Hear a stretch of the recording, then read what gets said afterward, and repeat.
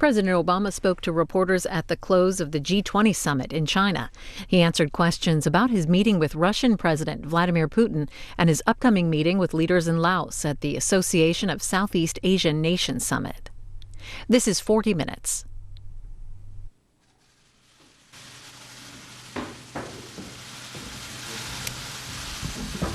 Good evening, everybody. I'd like to begin by thanking President Xi and the people of Hangzhou and China for the hospitality in hosting this G20 summit on the shores of beautiful West Lake. Thank you so much, Xi. Now, this visit offered the 8th opportunity for President Xi and me to meet. We agreed to advance our cooperation across a range of issues, including climate change, global health and development, peacekeeping, counter-narcotics, and nuclear security. We also addressed our differences on issues like religious freedom, maritime security, and a level economic playing field. But we did so in a clear, candid, direct, and I think constructive way. That has helped us to manage problems, and it's consistently helped us to improve relations between the United States and China. This has also been my 10th and final G20 meeting. It goes by fast. And so before I take your questions, let me put into context what we've done over the course of all these G20 meetings. And I think back to April 2009, when hundreds of thousands of Americans were losing their jobs and their homes and their savings each month, and unemployment was on its way to 10%. Around the world, for the first time in a generation, the global economy was contracting, trade was shrinking, and the international financial system was nearly frozen. By several key measures, the global economy was on a worse trajectory than it was at the outset of the Great Depression. But the size and the scope of the crisis was not what made that London G20 historic. What made it historic was the speed and magnitude of our collective response. One nation couldn't solve the problem alone, so together, developed and developing nations alike took a comprehensive and unprecedented set of actions to prevent another depression and set the stage for recovery. Most important was to create jobs and growth by stimulating demand across our economies, and America led the way. By then, in just my first 10 or so weeks as president, we had already passed the Recovery Act, set in motion plans to rescue our auto industry, stabilize our banks, jumpstart loans to small businesses, and launch programs to help homeowners refinance and stay in their homes. And our G20 partners would follow with similar actions. To stabilize the global economy, we rejected the protectionism that could deepen the crisis. We cooperated to keep markets open and trade finance flowing, and bolstered the international financial system's lending capacity to respond to countries that were hurting the most. And to prevent future crises, we took steps to reform our financial regulatory system, including the historic Wall Street reforms that we passed more than 6 years ago. Now, these were the actions we took in 2009.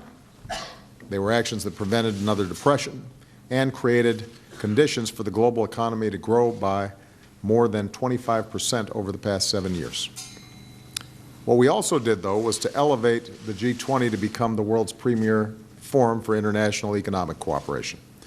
And that decision allowed us, as the global recovery progressed, to take further actions to strengthen the global economy, and that's what we came to Hangzhou to do.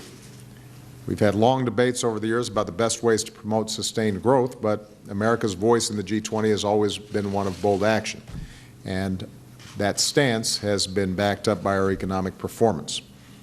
Since job growth turned positive in early 2010, America's businesses have created more than 15 million new jobs. We've cut the unemployment rate in half, and so far this year, wages have risen by almost 3%, which is much faster than the pace of inflation. But one of the things that we learned through the G20 process is that more than ever, our economies are interconnected, and we've got more work to do together to keep the global economy growing. We have to do more to grow wages faster, to shrink inequality faster, to give everybody a shot at opportunity and security in a changing economy. And that should be the way forward for the G20, to make sure that the benefits of trends like globalization and technological progress are shared broadly by more workers and families who still feel like the global economy is not working for them. And that's what we did here at this G20 summit. We committed to using all of our policy tools to promote robust, inclusive growth that creates opportunity for young people and the middle class that they're working to join. We focused on making sure that businesses can compete fairly and all working families can take advantage of the new prospects the digital economy creates. And we reaffirmed our commitment to support emerging economies through an array of development initiatives.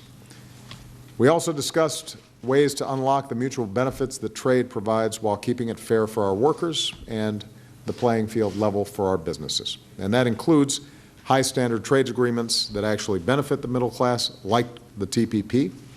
That includes working together to abstain from unfair currency practices and address corruption and global tax evasion.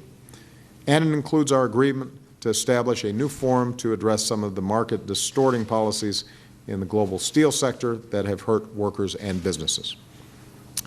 We also added momentum to the fight to protect our planet for future generations. On Saturday, the U.S. and China formally entered the Paris Agreement, and today the G20 welcomed efforts to enter the Paris Agreement into force by the end of this year. So if there's anything that the past 8 years have taught us, it's that the complicated challenges of the 21st century cannot be met without coordinated and collective action. Agreement is not always easy, and results do not always come quickly. Respecting different points of view, forging consensus instead of dictating terms, that can sometimes be frustrating, but it is how progress has been won and how it will be won in the future. It's how we've come as far as we have in the 8 years since the crisis affected us all, and it's how the G20 can make progress for all people in the years to come. So with that, let me take some questions, and I will start with Roberta Rampton of Reuters.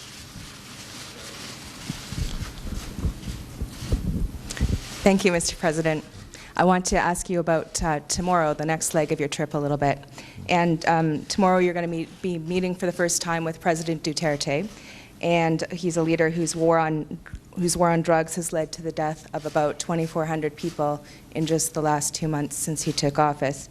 And today he said in a very colorful way that that you better not bring this up. And I'm wondering, are you committed to raising this with President Duterte? And are you concerned that meeting him legitimizes his approach on this issue? Mm-hmm. Well, I just came out of a long day of meetings, so I just heard about some of this, but I have seen some of those colorful statements in the past, and so clearly he's a colorful guy. And what I've instructed my team to do is to talk to their Philippine counterparts to find out, is this in fact a time where we can have some constructive, productive conversations? Obviously, the Filipino people are some of our closest friends and allies, and the Philippines is a treaty ally of ours. But I always want to make sure that if I'm having a meeting that it's actually productive and we're getting something done. We recognize the significant burden that the drug trade plays not just in the Philippines but around the world, and fighting narco trafficking is tough. But we will always assert the need to have due process and to engage in that fight against drugs in a way that's consistent with basic international norms. And so undoubtedly, if and when we have a meeting, that this is something that's going to be brought up. And my expectation, my hope is that it could be dealt with constructively. But I'll have my team discuss this. I've got a whole bunch of folks that I'm going to be meeting with over the course of the next several days. And as I said, historically, our relationship with the Philippines is one of our most important, and my relationship with the Philippine people been extraordinarily warm and productive. So I expect that will continue, but I want to make sure that the setting is right and the timing is right for us to have the best conversation possible. So you may not be prepared? Well, as I said, I'm going to just make an assessment. I just got out of these meetings. What is certainly true is that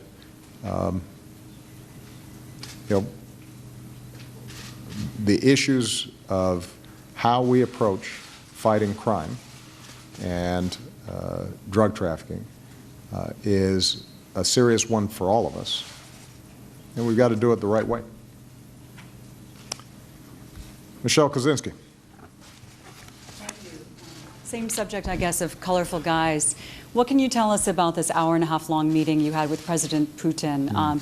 The tone of it, any progress that was made, and do you agree with him that the relationship between our two countries is now frozen?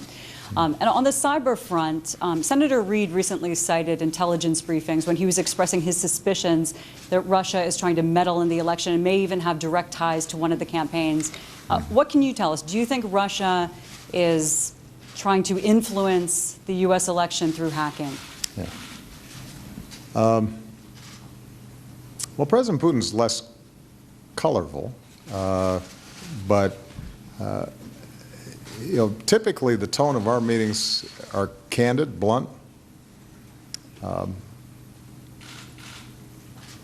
businesslike, and this one was no different. We had a range of issues that we had to discuss, but the two most important were, as has been reported, discussions that have been taking place between Secretary Kerry and Russia's Foreign Minister, Sergei Lavrov, about ways in which we can institute a meaningful, serious, verifiable cessation of hostilities in Syria.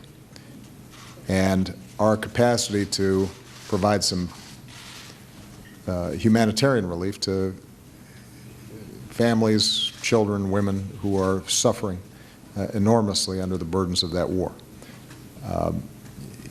As you'll recall, we had initiated a cessation of hostilities a while back.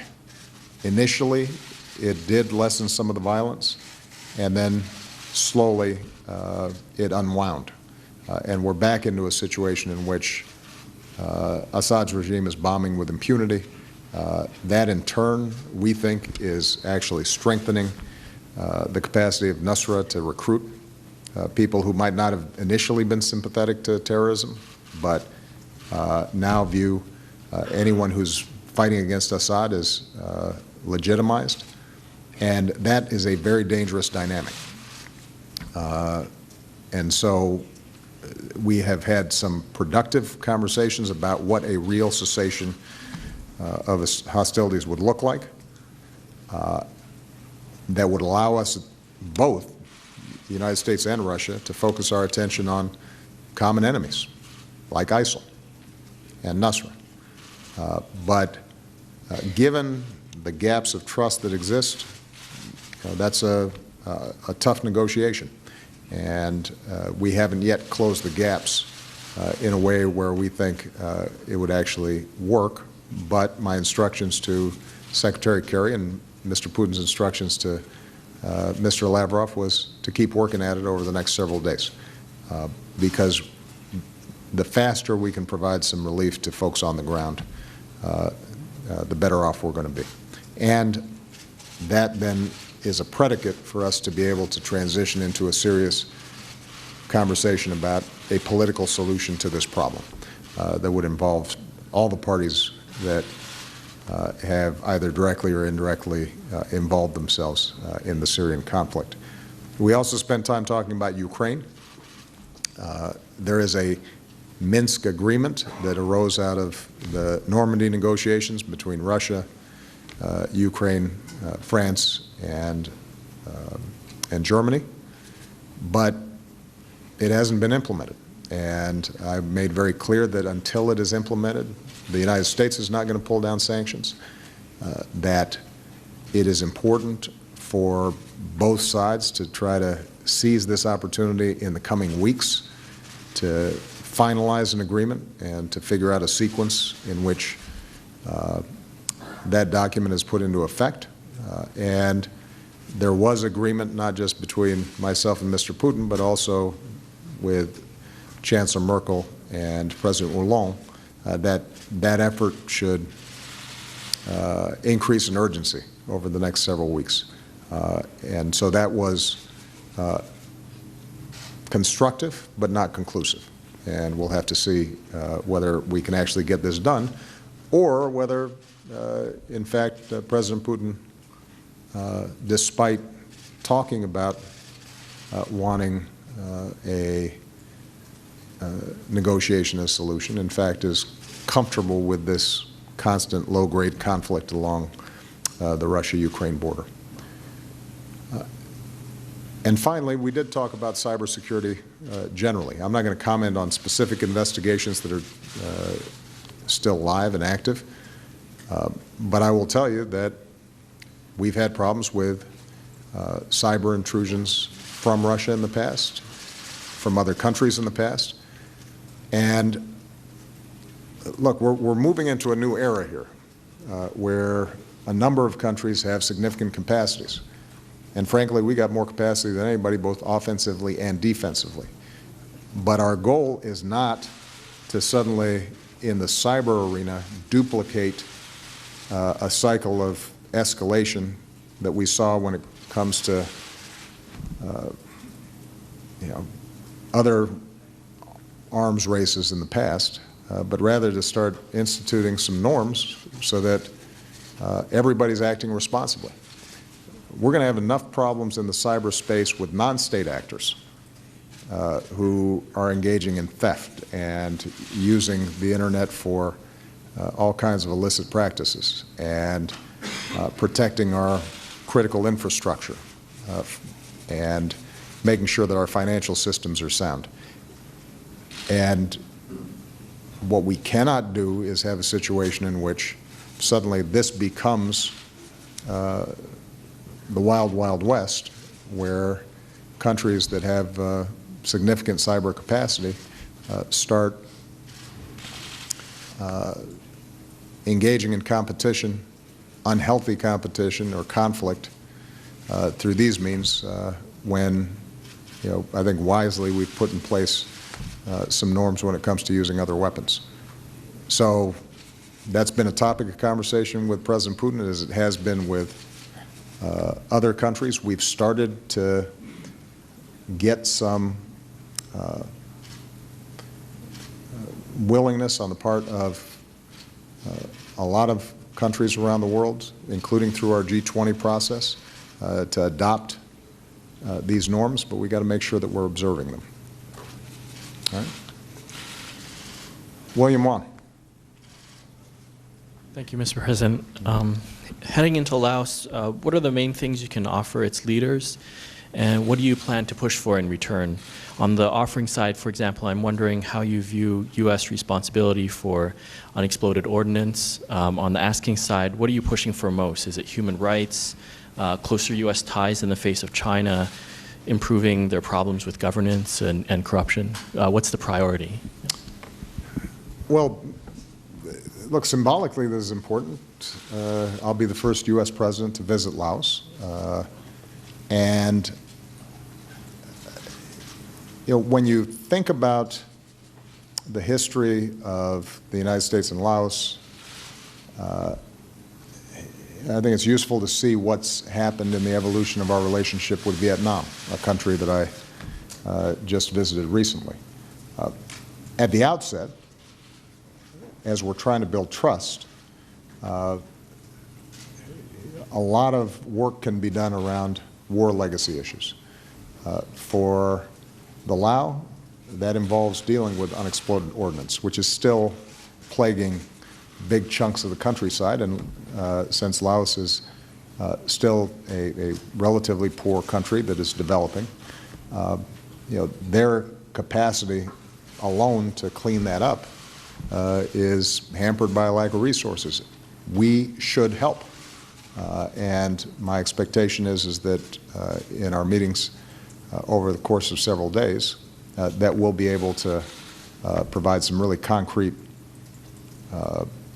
assistance that ensures that innocent kids who are running through a field, or a farmer that's trying to clear a field, or a business that's trying to get set up, that they're not endangered by the possibility of an explosion. Likewise, we have deep commitments to accounting for those who were lost during that war. And as was true with Vietnam, to the extent that we're able to find out more about our missing in action and our POWs, that not only provides enormous comfort and meaning for families and is consistent with our traditions, but it also ends up being a show of good faith on the part of the country and a way for us to move into a next phase of a relationship. And so a lot of the conversation, I think, will start there, but it doesn't end there. We've had an initiative, for example, helping all the countries along the Mekong Delta to find ways to harness development and deal with environmental issues. And that's something that we've been doing through ASEAN over the course of several years now. For us to be able to expand some of that work, I think, would be important. Establishing people-to-people exchanges is another area that historically has been important. I do think Laos, seeing the enormous economic progress that Vietnam and China and others have made, are going to be very interested in finding ways in which they can advance into the global economy and help themselves grow, and I think that we can be a useful partner there. So I think there will be a broad-based agenda. But if you think about the visit I made to Ho Chi Minh City and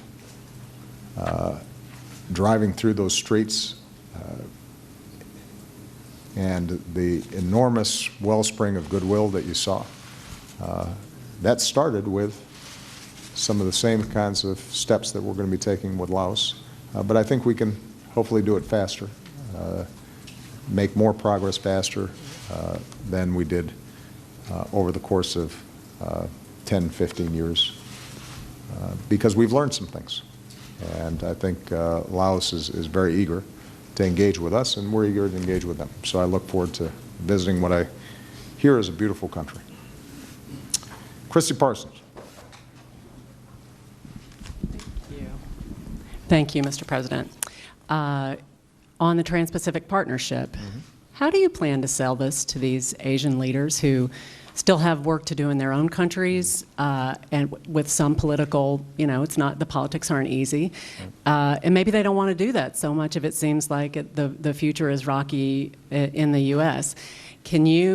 The U.S. usually ratifies its trade deals. Do you plan to convey a sense of inevitability? Do you feel that for the lame duck session? Even if it doesn't happen then, do you feel like it's inevitable anyway? And if I may, I wonder what you think about the silent protest of Colin Kaepernick.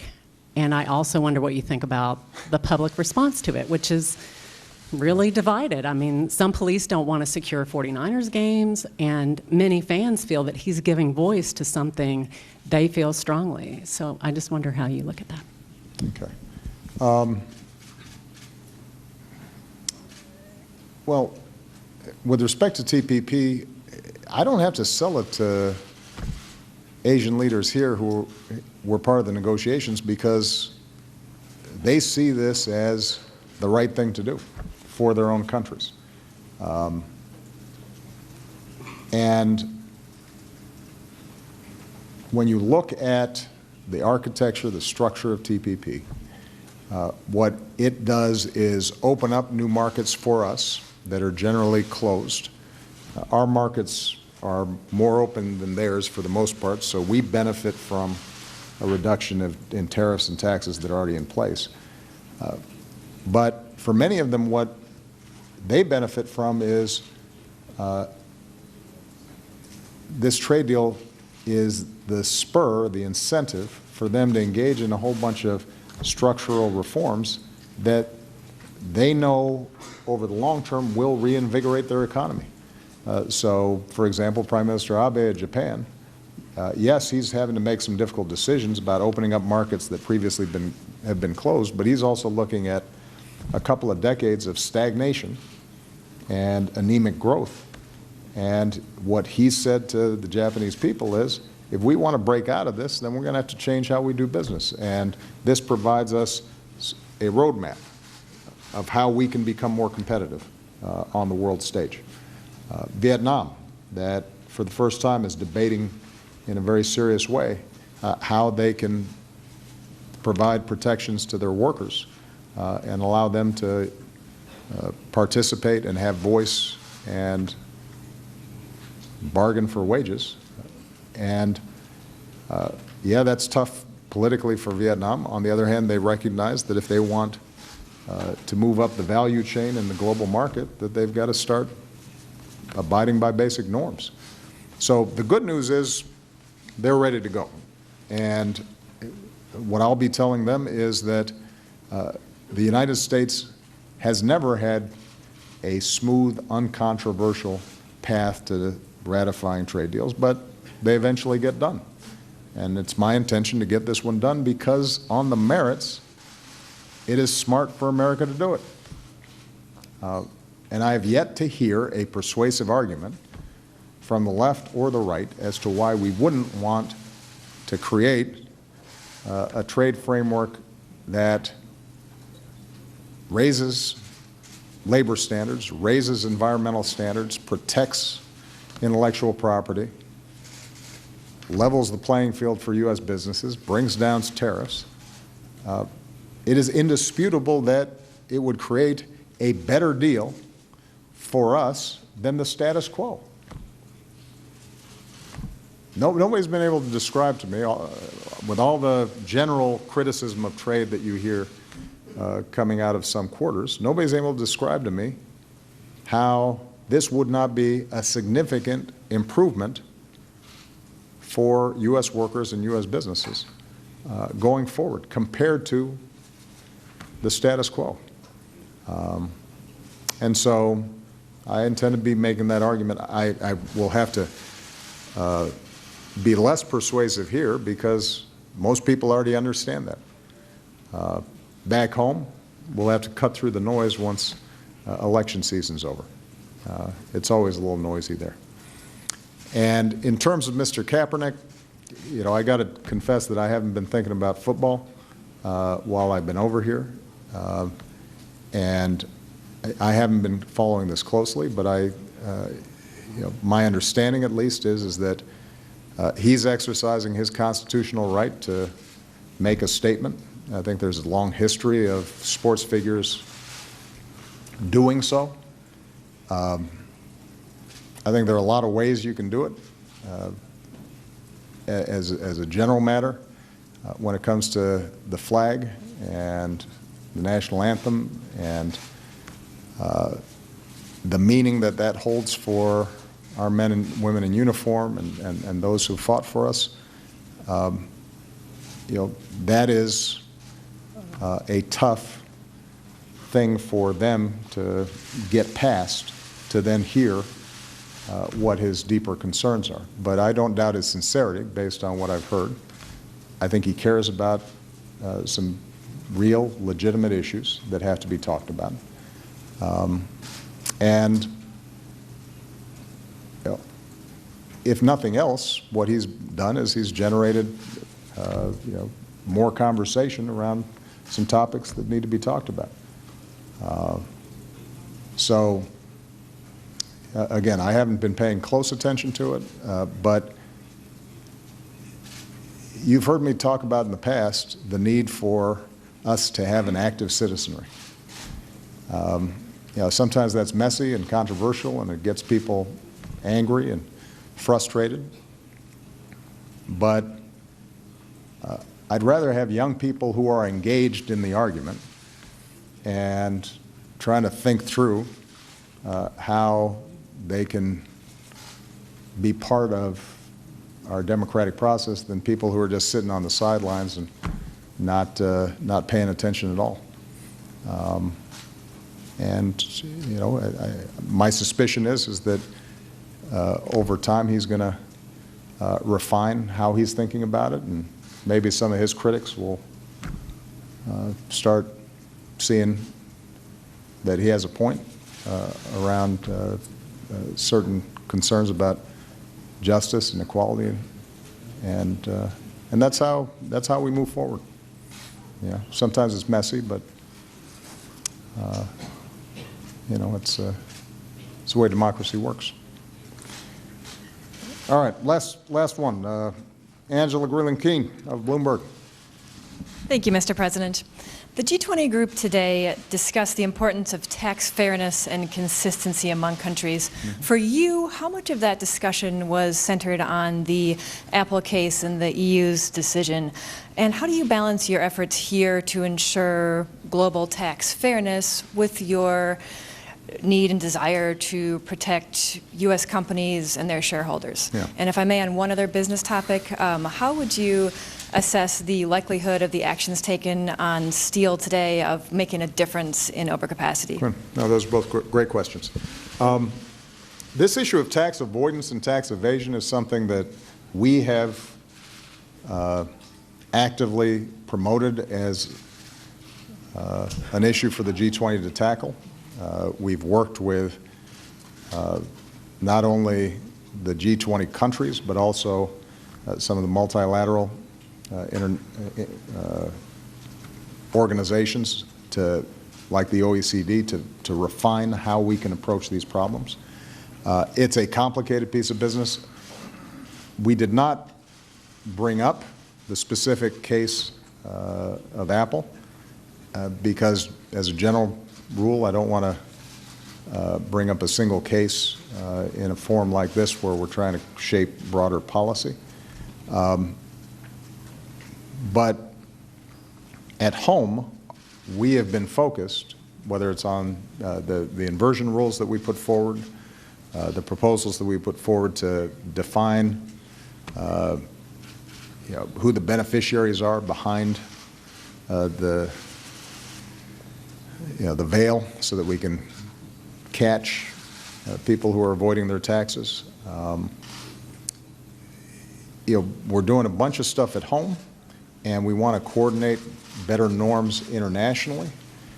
The one thing that we have to make sure we do is to move in concert with other countries, because there's always a danger that if one of us acts unilaterally, that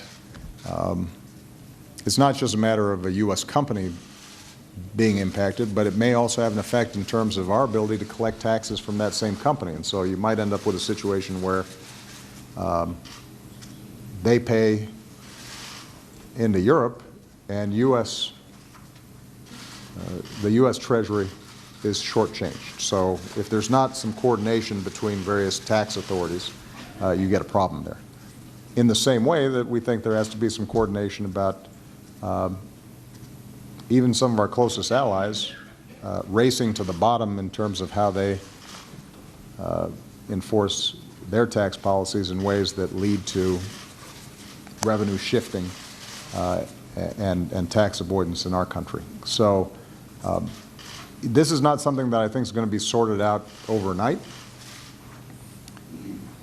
I do think that if we are to regain the trust of ordinary people that the system is not rigged, and deal with these trends of inequality that have risen out of globalization and technological change, that we got to make sure we tackle this issue in an effective way. And we've made some progress, but not as much as we need to. And my hope is that it's recognized that it's in the interest of all countries, whether they're developed countries or developing countries, to work together to put a stop to this. Because developed countries are losing revenue, and that erodes their tax base and their ability to educate kids and build universities and build infrastructure, but it also wallops developing countries because oftentimes tax avoidance can go hand in hand with corrupt practices that impede development. In terms of excess capacity, this is an issue that we wanted to get on the agenda. We got it on the agenda. In my bilateral conversations with President Xi, there was an agreement that we would make progress on dealing with steel overcapacity, which, by the way, is consistent with the plans that President Xi himself has had to reorient the economy so that it's not so heavily dependent on state-owned enterprises and an export model. So we've made some progress, not as much as we'd like to see, but some progress on that front bilaterally. Multilaterally, the way this was resolved was the G20 agreed to put together an intensive process of gathering all the data, determining what the best steps are, which will then be reported in the G20 in Hamburg next year. And I think there was a validation of the basic principle that to the extent that overcapacity is the result not just of market forces, but specific policy decisions that are distorting a well-functioning market, that needs to be fixed.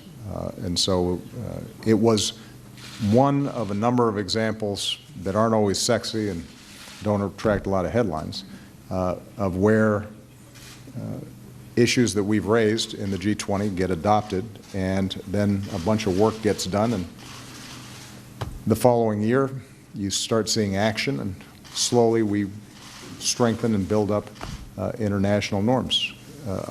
If you look at the issue of IT and the digital economy, we were able to get the G20 to adopt a range of principles about an open internet, net neutrality, making sure that businesses and vendors and providers aren't discriminated across borders, reflecting a lot of the foundational principles that have led to this digital revolution over the last several years. And that will in turn generate a bunch of new work, and there will still be conflicts about how people deal with censorship or how they deal with cybersecurity issues.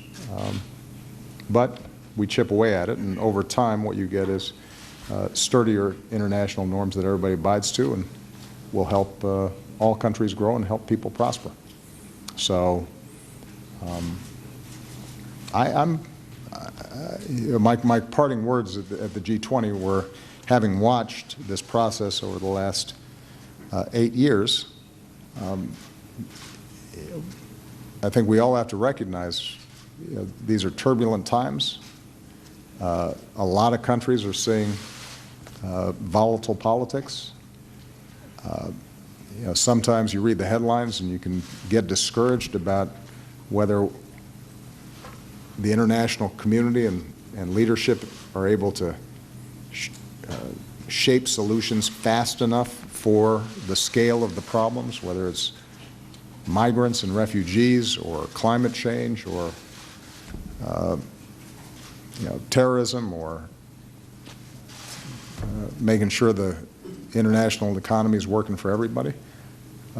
But then when you look back over the course of 8 years, actually you find out things have gotten better. Not always as fast as we'd like, but in significant ways. You look at the progress we made on the financial system. The American banking system now has $700 billion more in capital. It is much safer, much sturdier. But it's not just us. Because of the G20, you also have a Basel III agreement in which all countries are having to strengthen their capital requirements and put in place some basic safeguards to prevent what happened at Lehman's. And that's true across the board. So, as always, I'd always like to see even more get done, but I'm cautiously optimistic about the progress that we made. I tell my staff when they feel worn out sometimes that better is always good. You know, it may not be everything that needs to get done, but if it's better than before we started, we'll take it. All right? Thank you very much, everybody. Thank you, guys. Got to go.